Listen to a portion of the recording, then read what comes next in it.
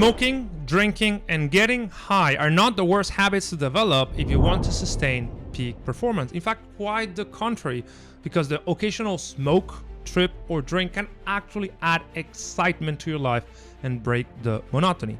Peak performance is not about living very rigidly and espousing a set of values and character traits that just limit your ability to experience life to the fullest, but instead of finding the middle way between exertion and recovery. This is the true magic of peak performance. But there's one habit that is guaranteed to keep you poor and unfulfilled.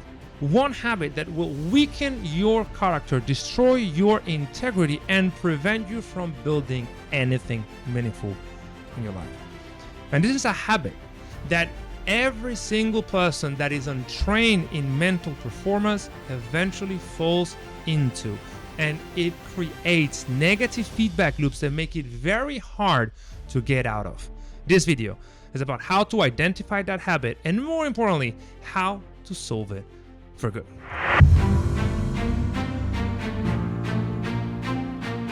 Welcome back. My name is Castillo, founder of Selfmastered, Peak Performance Institute for Entrepreneurs. We help you scale with peak focus, productivity, and self-belief. If you're new to the channel, consider subscribing so you never miss out on any of the juicy stuff that we publish every week to help you scale without any procrastination or burnout. This video is about the worst habit that you can develop as a human being, but especially as an entrepreneur, if you want to scale and succeed. And we have all been there because it really is the entry point to peak performance. Picture this for a minute. You have beautifully set plans. You have created a very clear idea of what you want to do the next day or the next week. You are all set and committed to actually do something you know is good for you, your life, and your business. But then when the time comes, you don't do it. When the time of going to the gym at 6 a.m. or sending 1,000 emails per week or cold calling or having that difficult conversation, when the time comes to actually prove that you are serious and committed to making that change, you don't do it because you talk yourself out of that commitment. That habit is called self-negotiation, and it is the worst habit that you could ever develop because every habit that you perform is a vote for the type of person you're willing to become. In other words, your identity is built through conscientious habit stacking. You choose which habits create your future identity.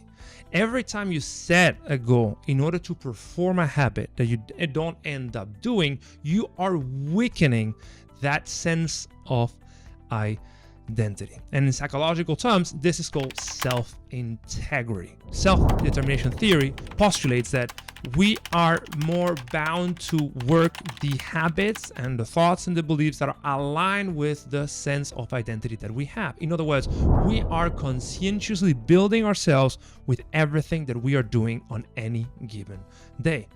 But if we set a goal or we decide on a behavior and we don't do it, we are in essence weakening that identity. We are casting stones against our own self. And the more we do it, the harder it becomes to stop doing it. In fact, there's this fantastic book called The Brain That Changes Itself, in which the author, Norman Deutsch, discusses how every thought has a circular relationship with the neural pathway that creates it. In other words, the more you create a specific set of thoughts, the more prone you are to creating that thought in the future.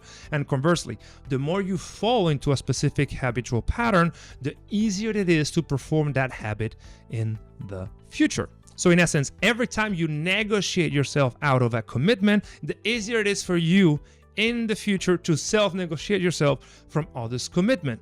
And you end up destroying your self-integrity. You end up breaking your own sense of self. I've seen it so many times that this really creates a lot of difficulty in entrepreneurs when trying to really show up at the best and scale their business. Because if you think about it, entrepreneurship is always about, pushing through walls and getting at the other side of difficult things. If we set the goal and the commitment to actually go and do something and we end up not doing it, over time, those minor problems become unsurmountable obstacles because we have become the person that is incapable of dealing with those obstacles. Now, how do you fix it? Well, first you got to understand, where does self-negotiation come from? Self-negotiation comes from a misalignment between the conscious and the subconscious.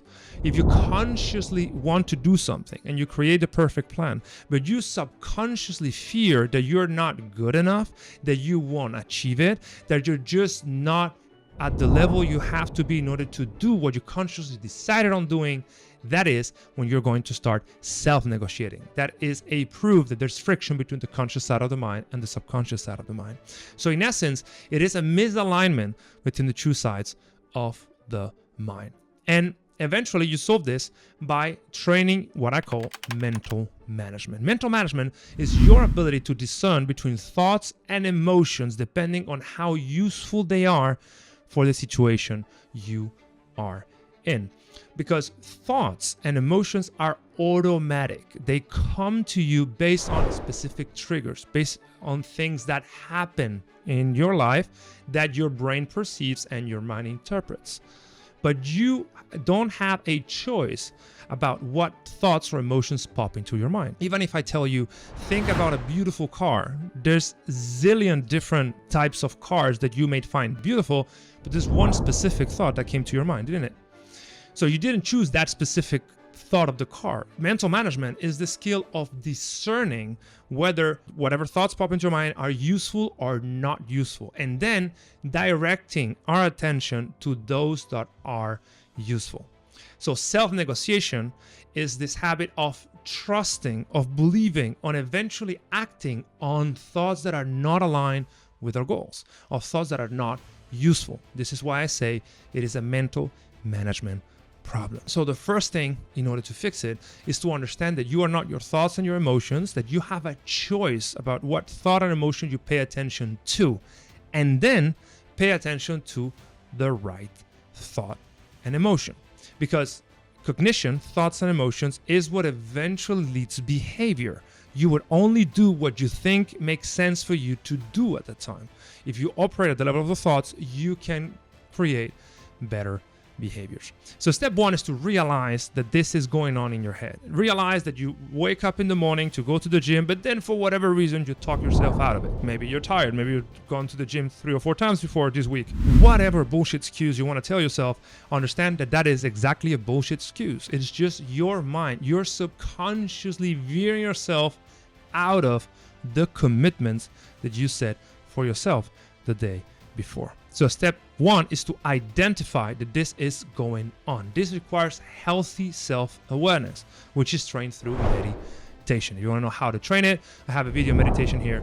You can go deep into how to train your mind to discern thoughts and emotions. And then step two is to understand that your path as an elite performer is precisely going through and passing over as many self-negotiation cycles as you can. Because if you are attempting things that are easy, you will not negotiate out of them, right? You only have the tendency to self-negotiate out of the things that you know are hard and therefore are good for you. So every time you choose to do something that sucks, that you don't want to do, you are training your mind to expand that comfort zone. And at the level of the brain, you are training a specific area called the mid-anterior cingulate cortex. In essence, is a part of the brain that gets bigger as we consistently engage in activities that we don't like, that we find hard, that we do not enjoy. The moment we start enjoying them, we stop exercising that muscle. So the more you choose to do stuff that actually builds that side of the brain, the easier it's going to be for you to attempt even bigger things. If you pair these two protocols, one is understanding what mental management is and how to choose the thoughts and emotions that are better aligned with what you want to go. And then two, conscientiously go against the things that you don't want to do. Expect that self-negotiating thoughts to pop up, but still push through them. you will eventually build a stronger, larger, anterior mid-cingulate cortex, which is the essence, which is the proof, the neurophysiological evidence that you are an elite performer. So you can drink, you can smoke, you can get high, just not too often. Always find the middle ground, right? But what you should never do is negotiate yourself outside of a commitment. The moment you commit to something, you do it, because this is what creates self-integrity, which eventually leads to having a more powerful and large identity that can accommodate every challenge that business throws your way. Hope this is useful. See you in the next video.